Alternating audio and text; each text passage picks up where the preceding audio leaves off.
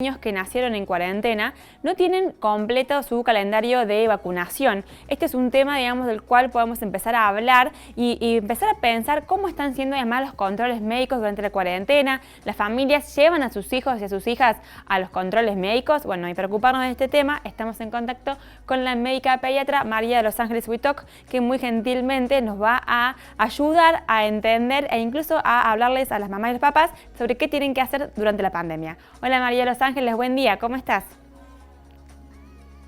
Buen día, Magdalena, ¿cómo estás? Bien, muchísimas gracias por tu Estamos tiempo. acá.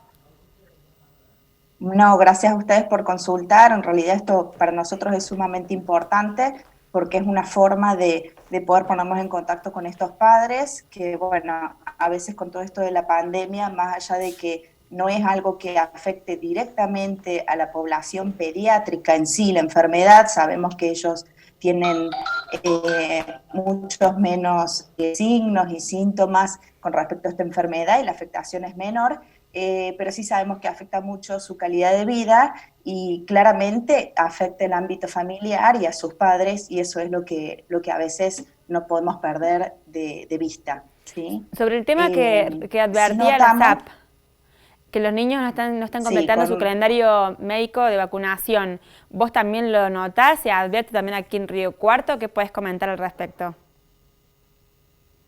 se advierte en Río Cuarto, se advierte en la consulta pediátrica, estos movimientos por ahí de fases en cuanto a poder moverse o no, poder moverse de casa, poder salir, y hace que no todos los controles se lleven a cabo y a veces por falta de información, por falta de medios para poder movilizarse hacia los centros de vacunación, e información que no está siendo por ahí correctamente dada, llegando a una tasa menor de vacunación, no sé si 4 de cada 10, pero sí notamos que hay menos vacunación. De hecho, pueden venir pacientes con carnet de vacunación incompletos que uno tiene que ir siguiendo muy de cerca para que puedan completarlos. María de Eh, los Ángeles, ¿y eso la en el idea ámbito es público y que privado? sepan que sí los controles deben seguir en el ámbito privado, que es en el caso donde yo me estoy desempeñando, y en el público también, ¿sí? Se ve una disminución, y esto, en ambos casos, la vacunación se da en centros públicos, ¿sí? No hay centros privados de vacunación en la zona de Río Cuarto, ¿está? Exacto. Entonces, hay que tener en cuenta que los dispensarios están funcionando normalmente, ¿sí? Se está colocando vacunación, y los que no eran centro COVID en algún momento, los que no eran centro COVID, ahora en realidad se vacuna en todos, ¿sí? Y en el centro de salud también, por supuesto, ¿sí? Se mantienen los mismos horarios hasta las 18 horas. ¿Y cuál es la Todos los recomendación que vos niños haces? deben recibir vacunas a partir de los 2 meses. La recomendación es que se coloque la vacuna como se debe, ¿está? En el tiempo correcto. No atrasar la vacunación, por más de que uno pueda atrasarse en el control pediátrico, que tampoco es, lo ideal es poder colocar vacunas a partir de los 2 meses. Después del momento en el que se colocó en la maternidad, se coloca a los 2, a los 3, a los 4, a los 5, a los 6 y a los 7 meses. Todos los meses las mamás deben concurrir a colocar las vacunas a esos bebés, ¿sí? Otra cosa a tener en cuenta, concurrir con el barbijo, concurrir con una persona acompañante menor de 60 años y que no tenga comorbilidades. Va a ingresar una sola persona con el bebé, ¿está? Con el bebé o con el niño que se vaya a vacunar. Recordar también que a los 12 meses, a los 15 meses y a los 18 meses se colocan vacunas también, y a los 5 años, ¿está? Eh, Eso es lo principal. Con respecto al tema de los controles, la Sociedad Argentina de Pediatría ha pautado ciertos controles como necesarios, sería a las 48 horas de nacimiento, la mayoría de las veces ahí se da el alta de la maternidad, a los 15 días, al mes, y después de eso a los 2 y a los 4 y 6 meses, ¿sí? 9 y 12 meses. Esto antes se hacía mucho más seguido, se hacía todos los meses. Habrá que evaluar en cada paciente si es necesario hacer un control extra para evaluar alguna cuestión particular de cada niño, alguna dificultad en el desarrollo, en el aumento de peso, que obviamente se van a ir viendo con los controles. Nos Em, vemos María Los Ángeles, ¿vos notás también Sí. que hay muchas menos familias que llegan a tu consultorio? Digo, ¿se nota que hay menos familias que van al consultorio y aumentaron las consultas por WhatsApp? ¿O cómo estuviste manejando el tema? Sí, eso también es real, ¿sí? Tenemos muchas consultas por WhatsApp. La mayoría de las veces tienen que ver con síntomas, no voy a decir que son poco importantes, pero algún episodio de vómitos, de fiebre, alguna dificultad que el niño puede llegar a tener y que por miedo a no ir a la guardia, que lo ideal es evitar las consultas que sean innecesarias y que uno pueda manejar en casa, ¿sí? Hay que saber que dentro de la clínica también hay dentro de las clínicas o de los centros de atención, hay lugares que están preparados para recibir pacientes para controles y que se mantiene solamente con pacientes sin síntomas, sin fiebre, para control, que asisten a control, y otra zona que es específica para tratamiento o controles con pacientes febriles o que pueden llegar a tener alguna otra patología. Ese es ¿Sí? un tema Porque interesante no que te podemos quería ignorar. preguntar. Cuando vos, digamos, hablándole allí en cámara a las mamás y los papás que están escuchando, ¿cuáles son los Sí. síntomas o en qué situaciones hay que acudir a la guardia y en cuáles no?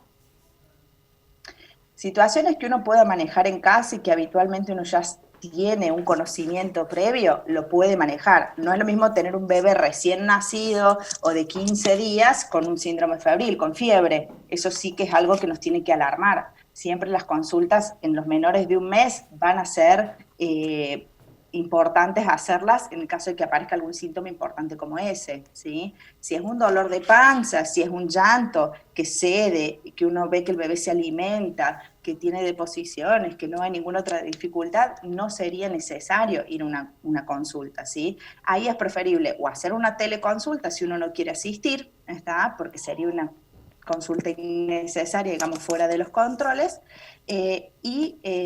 y si no, en el caso de que sea en el control, aprovechar el control para evacuar esas dudas. ¿Sí? Perfecto. Y María Los Ángeles, brevemente, si nos puedes mandar un mensaje, cómo hablar del tema de COVID-19 con los más chiquitos, cómo explicarles lo que está pasando para que se laven las manos, pero que tampoco tengan tanto miedo. ¿Cómo se maneja el tema?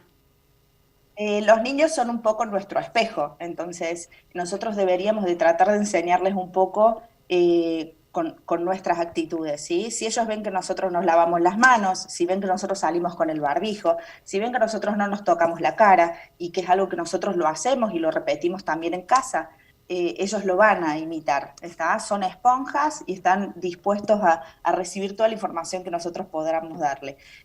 Con respecto al tema del miedo, es algo difícil a veces y depende mucho de cada edad, ¿sí? Pero uno tiene que saber que el lavado de manos, que el cuidarse, que el cuidar el cuerpo, siempre el cuidar el cuerpo es algo que uno le enseña a sus hijos y que es importante que ellos lo tengan en cuenta. Entonces, desde ese punto de vista, saber que son enfermedades que uno puede contraer, pero que hay que tratar de cuidarse, porque nadie está exento de que en algún momento papá tenga fiebre y que ellos se asusten por eso, ¿sí? Exacto. Entonces, están en un ámbito familiar en donde deben tener la seguridad de saber que van a transitar la enfermedad y que esto debería de seguir bien con una buena resolución. Entonces, lavado de manos, con el ejemplo siempre es la mejor forma, explicarle que esto es un bichito, que es el coronavirus, que seguramente han visto miles de videos y que en el colegio también en la parte, estamos recibiendo ayuda desde la parte educacional también, ¿sí? Claro. Bueno, doctora, le porque agradecemos mucho el contacto con Puntel AM, además muy interesante todos los temas que hemos abordado, así que muchísimas gracias por su tiempo. Bueno, muchas gracias y estamos a su disposición para lo que necesiten. Gracias, muy amable de verdad. La doctora María de Los Ángeles Huitok, que recién hablamos, Javi, de varios temas que son muy interesantes. Esta cuestión de niños recién nacidos y hasta casi los 2 años tienen que completar su carnet de vacunación. Sabemos que cada 3 meses, cada 6 meses, cada 12, siempre hay refuerzos, hay que estar atentos a este carnet y recordar que los dispensarios atienden con normalidad, que hay medidas de prevención, de cuidado, de higiene, así que no hay que tener miedo y no hay que dejar de aplicarle las vacunas a los más chiquitos y a las más chiquitas de la familia. Seguro, esto es fundamental. Y esto último, Mike, que decías también es muy bueno, porque uno se pregunta, bueno, ¿cómo hacen los más pequeños para no caer en el miedo? puedo, tratar de escuchar lo que tengan que escuchar o lo que sus padres digan y hacer fundamentalmente lo que sus padres hagan y madres, porque decía, bueno, el papá y la mamá son los ejemplos de los niños y si el papá y la mamá se comportan en este aspecto, los chicos también van a hacerlo. Y creo que en eso hay, entre niños y niñas, como un aprendizaje muy rápido, ¿no? Es como cualquier cosa que se aprende, ¿no? Y cuando sos menor o más precoz se hace mucho más automático todavía y quizá el lavado de manos sea una cuestión que se imponga muchísimo, los alcoholes en gel, y bueno, evidentemente, ante una situación de algo de riesgo de algún integrante de la familia, saber cómo transmitir todo eso con un lenguaje acorde y fundamentalmente no caer en la desesperación, Madi, que esto me parece ha sido, que lo dicen siempre casi todos los médicos que hemos hablado, ¿no? Que se transita de una manera asintomática, se transita de una manera con alguna complicación de menor a mayor, digamos, puede haber cualquier arista en este espectro que presentamos, ¿no? Y si bien es cierto que la mayoría de los más chiquitos de la familia no se nota o no se advierten síntomas, sí pueden ellos ver a sus padres, madres, abuelos, hermanos, tíos que quizás estén cursando en la enfermedad, que quizás tengan que estar en aislamiento, pero por eso es importante también ver cómo hablar con ellos sin caer en miedo, simplemente explicando la situación que está sucediendo.